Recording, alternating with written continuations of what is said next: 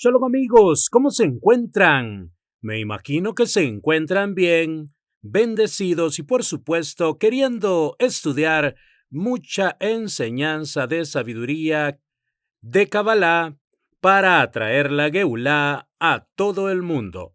Le damos las gracias al Boreolán porque solo Él nos permite seguir avanzando y seguir caminando hacia una mejor calidad de vida. Recuerda, cada día ha sido hecho especialmente para ti. Aprovéchalo. Comenzamos.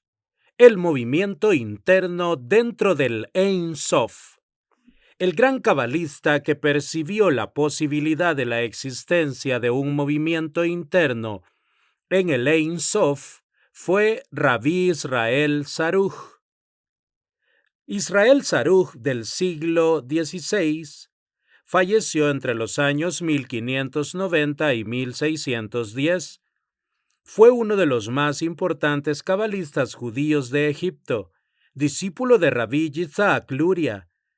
No fue alumno de Luria en Safed, ya que parece ser que lo conoció cuando residía en Egipto.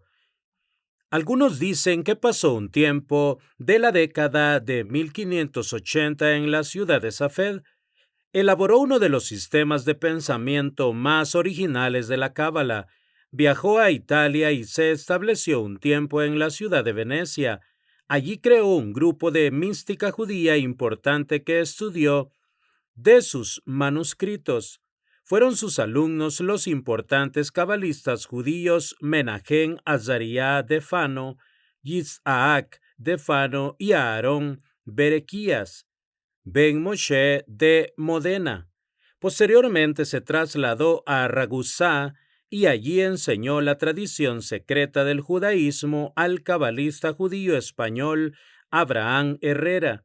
No se conoce el lugar en el que falleció.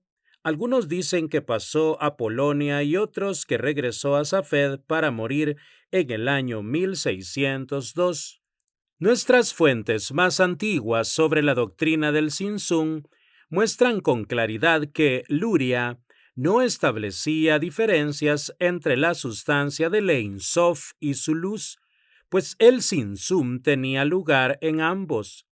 Esta distinción se hizo únicamente cuando surgieron problemas para armonizar esa doctrina con la idea de la inmutabilidad de Dios.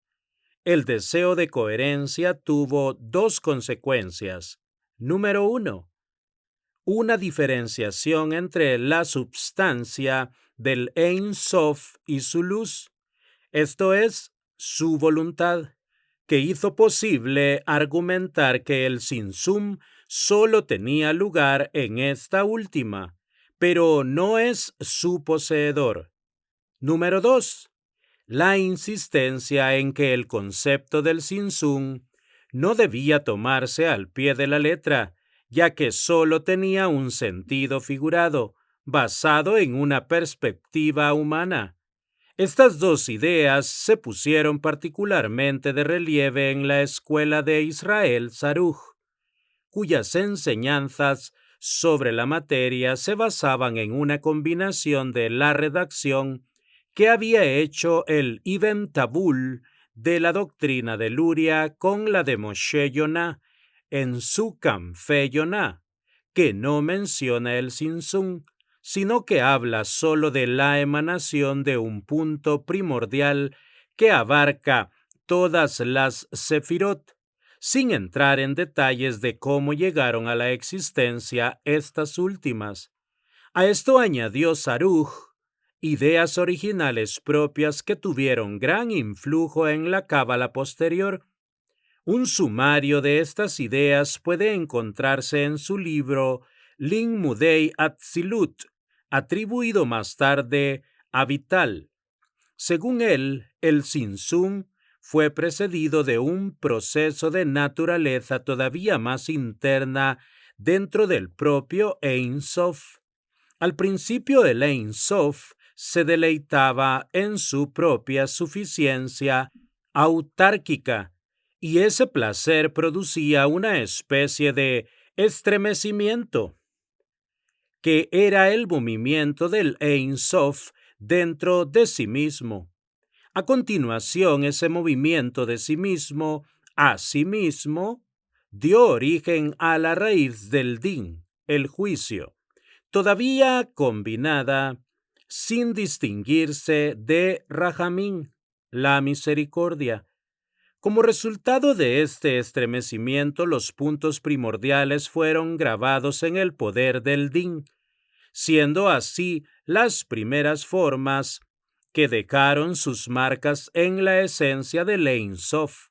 Los contornos de esta grabación eran los del espacio primordial que llegaría a existir como resultado de este proceso.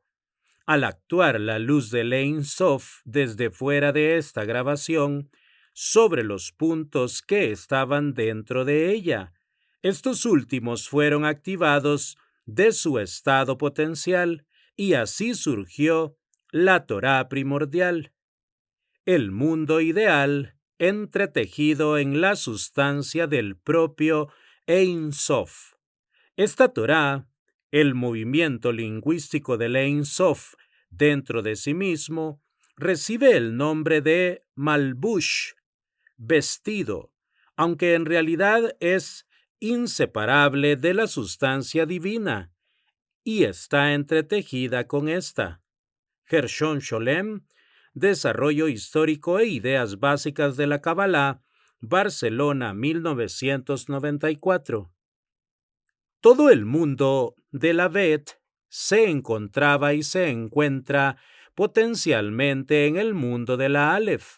Por ese motivo, en la letra Aleph podemos distinguir dos letras Yod, divididas por una letra Vav en el medio, lo que significa que dentro de la misma Aleph se encuentra potencialmente el mundo de la Bet. El tema de la configuración de la letra Aleph con sus tres partes, las dos letras Yod y la letra Vav que conectan ambas Yodín, está ampliamente tratado en la obra Maguen David del rabino cabalista judío español Rabbi David ben Shlomo ibn Simra, 1479-1573. El Radbath, que con 13 años de edad fue expulsado con su familia por el decreto de 1492, murió en Safed a los 94 años. La obra Maguen David fue publicada en Ámsterdam en el año de 1713. Personalmente he estudiado la obra Maguen David en el original en hebreo. Si el mundo de la Aleph representa el mundo de la unidad, también podemos vislumbrar en su interior esa dualidad potencial. Algunos cabalistas sostienen que la letra Yud superior dentro de la letra Aleph significa el mundo real de la unidad y la letra Yod inferior el mundo de la dualidad que se divide en las letras Hei. La letra Yud equivale al número 10, como la letra Hei equivale al número 5. Entonces la letra Yud inferior se divide en las dos Hei del tetragrama. Por otra parte, la letra Yud superior dentro de la letra Aleph se identifica con las 10 dimensiones, Sefirot, del mundo de Atzilut, que finalmente se hace realidad en los 3 universos inferiores, por lo que la letra Yud inferior representa a las 10 dimensiones inferiores que se hacen realidad material dentro del vacío. Mientras el Ein Sof se encontraba en sus condiciones esenciales eternas y no existía el movimiento o existía un movimiento interno dentro del Ein Sof que no daba lugar a la creación del vacío. Como ya hemos visto, el cabalista Israel Saruj es quien establece que existía un movimiento interno en el Ein Sof. Este movimiento interno del Ein Sof dio lugar a la idea potencial del vacío antes del movimiento interno que dio lugar a su existencia real. Saruj, por lo tanto, estableció un movimiento interno dentro del pensamiento del Ein Sof, que fue el fundamento anterior al movimiento real del Ein Sof que produjo el vacío. Así que antes de la creación del vacío, el Ein Sof creó la idea del vacío. Esto constituiría a todas luces un Tzimtzum oculto dentro del pensamiento divino, que solamente podemos percibir a través de la puesta en acción de la creación del vacío mismo, del segundo tipo de Tzimtzum. Indudablemente, antes del Tzimtzum en acto, existió una idea de Tzimtzum dentro del Ein Sof, así que la misma idea del Tzimtzum es un Tzimtzum en sí mismo. Como no podemos decir nada del primer movimiento interno dentro del Ein Sof, el único movimiento a que a nosotros nos interesa es el movimiento que dio lugar a la existencia de la no existencia, esto es, a la existencia del vacío, lo que el cabalista Israel Saruj denominaría como el segundo Tzimtzum. Después del primer Tzimtzum fundamental que creó la idea del vacío, Moshe Cordovero, en referencia a la existencia de este primer movimiento dentro de la esencia del Ein Sof, dice que allí existía un tiempo fuera de nuestro tiempo. Parece ser que para el cabalista Moshe Cordovero existió dentro de la eternidad un tiempo que no se puede medir en los mismos términos que nuestro tiempo. Así nos encontramos con otro campo de estudio clave. ¿A qué clase de tiempo fuera del tiempo hacía referencia Moshe Cordovero? Es imposible que dentro de la eternidad no existiera eternidad, sino un tiempo desconocido para nosotros. Este es otro de los secretos de los grandes cabalistas. Parece ser que el Eterno no estaba ni completamente inmóvil por su autoconciencia, ni completamente atemporal, sino que su esencia se encontraba y se encuentra dentro de una secuencia temporal diferente. Lo que sucede es que la magnitud de este tiempo fuera del tiempo puede ser tan infinita que para nosotros sea realmente la eternidad.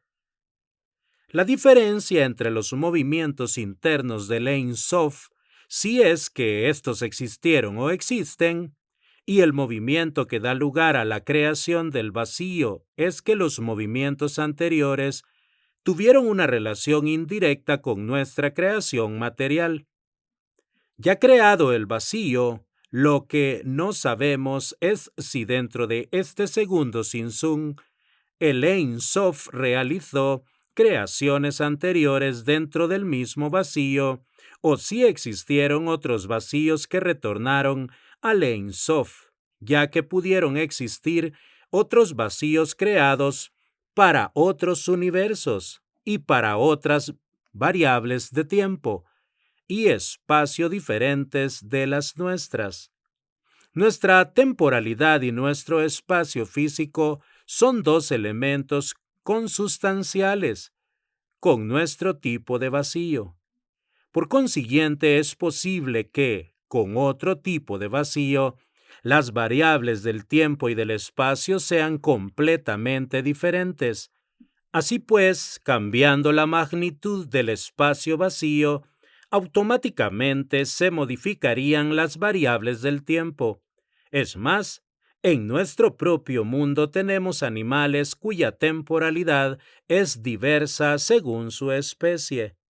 Tenemos mosquitos que viven 2 o 3 días, y tenemos tortugas que pueden llegar a vivir más de 100 años.